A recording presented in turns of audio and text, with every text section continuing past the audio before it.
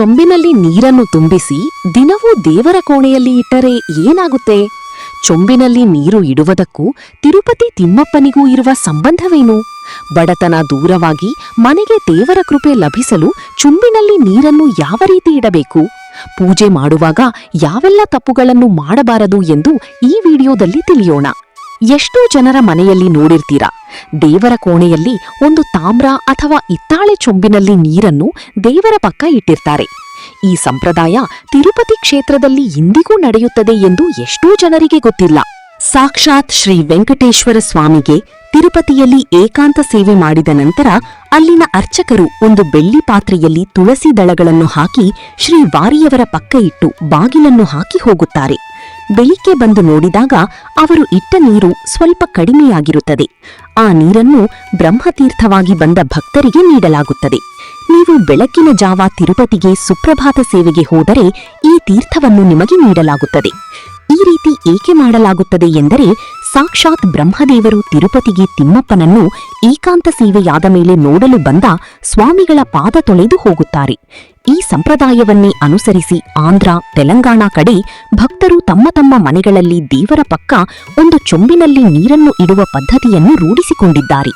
ಇದೊಂದೇ ಕಾರಣವಲ್ಲದೆ ಪಂಚಭೂತಗಳ ಸಾಕ್ಷಿಯಾಗಿ ದೇವರನ್ನು ಆರಾಧಿಸುವುದು ಇನ್ನೊಂದು ಕಾರಣವಾಗಿದೆ. ದೇವರು ಪಂಚಭೂತಗಳಲ್ಲೂ ನೆಲೆಸಿರುತ್ತಾನೆ. ಪ್ರತಿ ಮನೆಯಲ್ಲೂ ಕಳಸ ಇಟ್ಟು ಪೂಜೆ ಮಾಡುವ ಪದ್ಧತಿ ಇರೋದಿಲ್ಲ. ಅಂತಹ ಮನೆಯಲ್ಲಿ ಈ ರೀತಿ ಚೊಂಬಿನಲ್ಲಿ ದೇವರ ಮುಂದೆ ನೀರನ್ನು ಇಟ್ಟು ಪೂಜಿಸಿದರೂ ಕೂಡ ಕಳಸ ಇಟ್ಟು ದೇವರ ಪೂಜೆ ಮಾಡಿದ ಪುಣ್ಯ ಫಲವೂ ಲಭಿಸುತ್ತದೆ. ಈ ಚೊಂಬನ್ನು ದೇವರ ಕೋಣೆಯಲ್ಲಿ ಯಾವ ದಿಕ್ಕಿನಲ್ಲಿ ಇಡಬೇಕು ಎಂದು ತಿಳಿಯುವುದಾದರೆ, ದೇವರ ಕೋಣೆಯಲ್ಲಿ ಈಶಾನ್ಯ ದಿಕ್ಕಿನಲ್ಲಿ ಚಿಕ್ಕದಾಗಿ ಅಷ್ಟದಳ ಪದ್ಮದ ರಂಗೋಲಿ ಬರೆದು ಅದರ ಮೇಲೆ ಚಿಕ್ಕ ತಟ್ಟೆ ಇಟ್ಟು ಚೆನ್ನಾಗಿ ತೊಳೆದ ಒಂದು ಚೊಂಬಿಗೆ ಶುದ್ಧ ಜಲವನ್ನು ತುಂಬಿಸಿ ಇಡಬೇಕು. ಆ ಚೊಂಬಿಗೆ 3 ಕಡೆ ಗಂಧ ಕುಂಕುಮದ ಬುಟ್ಟನ್ನು ಇಡಬೇಕು.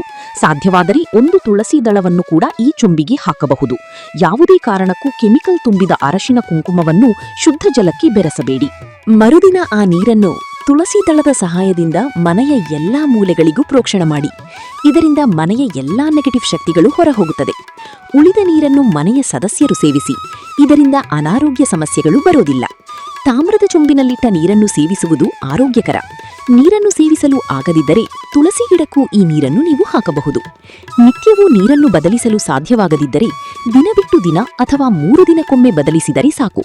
ಚೊಂಬಿನಲ್ಲಿ ಈ ರೀತಿ ನೀರನ್ನು ಇಡುವುದು ತುಂಬಾ ಶುಭಕರ. ಇದರಿಂದ ದೇವರ ಕೃಪೆ ಮನೆಗೆ ಲಭಿಸಿ ಅನೇಕ ಕಷ್ಟಗಳು ನಿಮ್ಮಿಂದ ದೂರವಾಗುತ್ತದೆ. ಹಣ, ಆರೋಗ್ಯ, ವ್ಯಾಪಾರ, ಉದ್ಯೋಗ, ವಿದ್ಯೆ ಯಾವುದೇ ಸಮಸ್ಯೆಗಳಿದ್ದರೂ ಭಗವಂತನ ಕೃಪೆ ಪ್ರಾಪ್ತಿಯಾಗುತ್ತದೆ.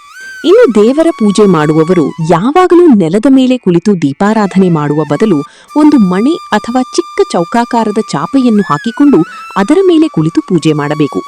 ದೇವರ ಮುಂದಿಟ್ಟ ದೀಪಗಳು ನೆಲಕ್ಕೆ ಸ್ಪರ್ಶ ಮಾಡುವಂತಿರಬಾರದು. ಬದಲಾಗಿ ದೀಪದ ಕೆಳಗೆ ಒಂದು ವೀಳ್ಯದೆಲೆ ಅಥವಾ ಚಿಕ್ಕ ತಟ್ಟೆಯನ್ನು ತಪ್ಪದೇ ಇಡಬೇಕು. ದೀಪಗಳಿಗೆ ತುಪ್ಪ, ಕೊಬ್ಬರಿ ಎಣ್ಣೆ, ಎಳ್ಳೆಣ್ಣೆಯನ್ನು ಬಳಸಬಹುದು. ದೀಪಕ್ಕೆ ಎಣ್ಣೆ ಹಾಕಿದ ನಂತರ ಯಾವುದೇ ಕಾರಣಕ್ಕೂ ಒಂಟಿ ಬತ್ತಿಗಳನ್ನು ಹಾಕಬಾರದು. ಜೋಡಿ ಬತ್ತಿಗಳು ಅಥವಾ 3 ಬತ್ತಿಗಳನ್ನು ಹಾಕಬೇಕು. ಬಲಗಡೆ ದೀಪಕ್ಕೆ 3 ಬತ್ತಿಗಳು, ಎಡಗಡೆ ದೀಪಕ್ಕೆ 3 ಬತ್ತಿಗಳನ್ನು ಹಾಕಬೇಕು. ಕಾಮ, ಕ್ರೋಧ, ಲೋಭ, ಮೋಹ, ಮದ, ಮತ್ಸರಗಳು ದೀಪದ ಬತ್ತಿಗಳ ಮೂಲಕ ಸುಟ್ಟು ಜ್ಞಾನ ಜ್ಯೋತಿಯು ನಮ್ಮಲ್ಲಿ ಬೆಳಗಲಿ ಎಂಬುವುದು ಇದರ ಸಂಕೇತ.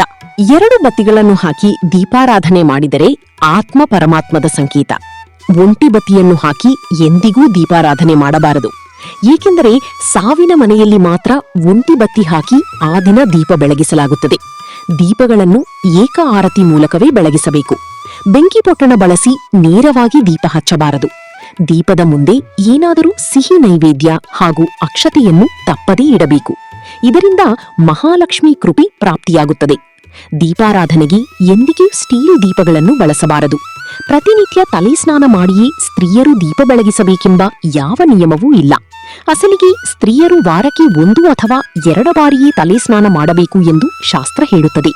ಪ್ರತಿನಿತ್ಯ ಕೈಕಾಲು ತೊಳೆದುಕೊಂಡು ಅಥವಾ ಮೈಸ್ನಾನ ಮಾಡಿಕೊಂಡು ದೇವರ ದೀಪಗಳನ್ನು ಬೆಳಗಿಸಬೇಕು. ದೀಪಾರಾಧನೆ ಮಾಡುವಾಗ ದೀಪಗಳು ದೇವರ ಕಡೆ ನೋಡುವಂತಿರಬೇಕು. ದೀಪಗಳು ನಮ್ಮ ಕಡೆ ನೋಡುವಂತಿರಬಾರದು. ದೇವರಿಗೆ ಬಲಗಡೆ ಬರುವ ದೀಪವನ್ನು ಮೊದಲು ಬೆಳಗಿಸಿ ನಂತರ ಎಡಗಡೆ ದೀಪವನ್ನು ಬೆಳಗಿಸಬೇಕು. 1 ಸಲ ದೀಪಗಳನ್ನು ಬೆಳಗಿಸಿದ ಮೇಲೆ ಆ ದೀಪಗಳನ್ನು ಯಾವುದೇ ಕಾರಣಕ್ಕೂ ಕದಲಿಸಬಾರದು. ದೀಪಾರಾಧನೆ ಮಾಡಿದ ಬತ್ತಿಗಳು ಪೂರ್ತಿಯಾಗಿ ಖಾಲಿಯಾದರೆ ಅದು ತುಂಬಾ ಒಳ್ಳೆಯದು. ದೀಪ ಹಚ್ಚುವಾಗ ಯಾರನ್ನದಿಗೂ ಮಾತನಾಡಬಾರದು. ಮೌನವಾಗಿ ಇದ್ದು ದೀಪಾರಾಧನೆ ಮಾಡಬೇಕು.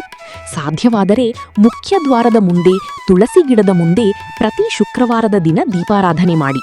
ಇದರಿಂದ ಮಹಾಲಕ್ಷ್ಮಿ ಅನುಗ್ರಹ ನಿಮ್ಮ ಮನೆಗೆ ಪ್ರಾಪ್ತಿಯಾಗುತ್ತದೆ. ಕಷ್ಟಗಳೆಲ್ಲ ದೂರವಾಗುತ್ತದೆ. ಸಂಜೆ ಸಮಯದಲ್ಲಿ ವಿಷ್ಣು ಸಹಸ್ರನಾಮ ಕೇಳುವಂತೆ ಮಾಡಿ.